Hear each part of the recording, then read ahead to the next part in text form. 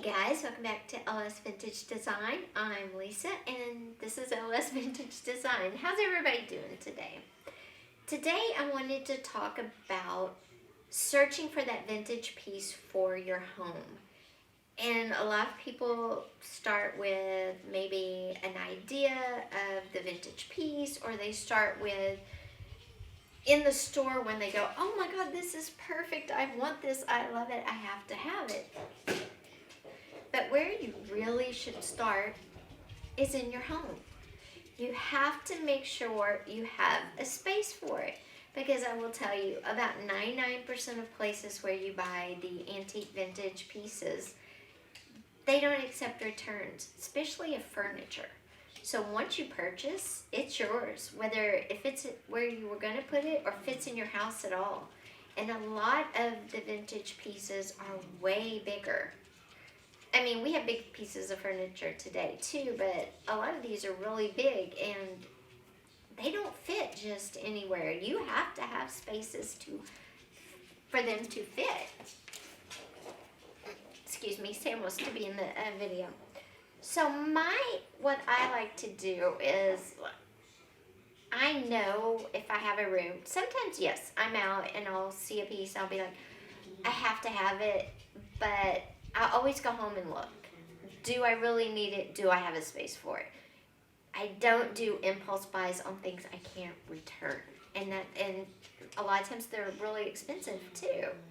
So I always go home and look. And if I go back after going home, sometimes places will hold it for a day or for 3 days. It depends on where you're looking.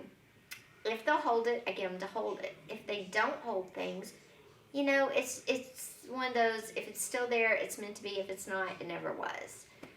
My advice is always make sure you have room for whatever piece you find that you're in love with. Because even if you're in love with it, even if you can think of a million uses for it, if you don't have the space, it's not going to work. And measure. I am the world's worst about eyeballing stuff and it being totally wrong. I mean, I cannot measure with my eyeballs for nothing, okay? I have to have a tape measure.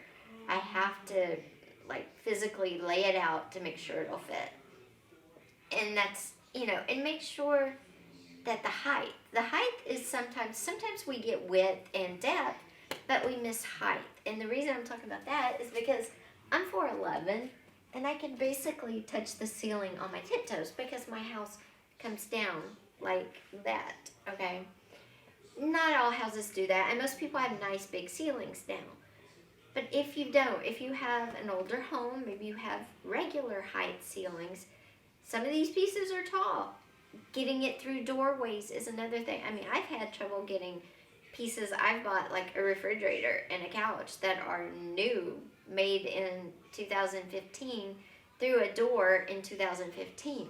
So also take into consideration, how would you get the piece not only from the store to your home, which is a big deal, but from whatever truck or, from outside your home to inside where it's going to go.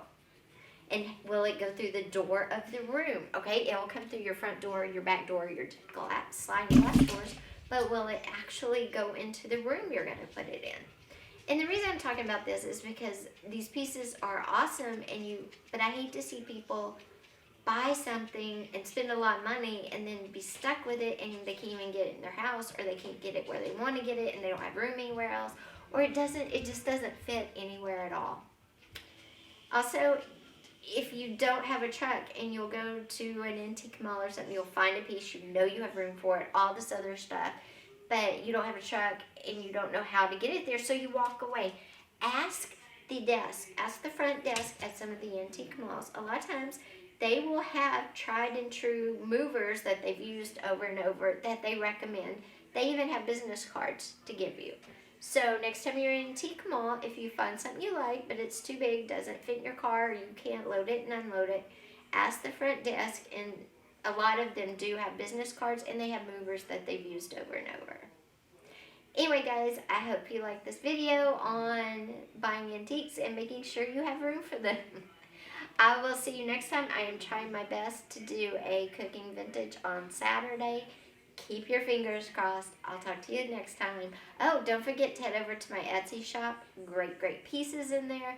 You don't want to miss out. And if you like something but you're not sure how, if you like something but you don't want to use it for what it's meant but you really want it, message me through my Etsy shop and ask me what other purposes are there for this piece, whatever piece it is, and I can probably give you. Also, if you need someone to identify, you've inherited some stuff, you don't know if it's antique, if it's vintage, if it's worth anything, head over to my website. We are starting to offer those services. It should be up on the website. If it's not currently, it will be very soon.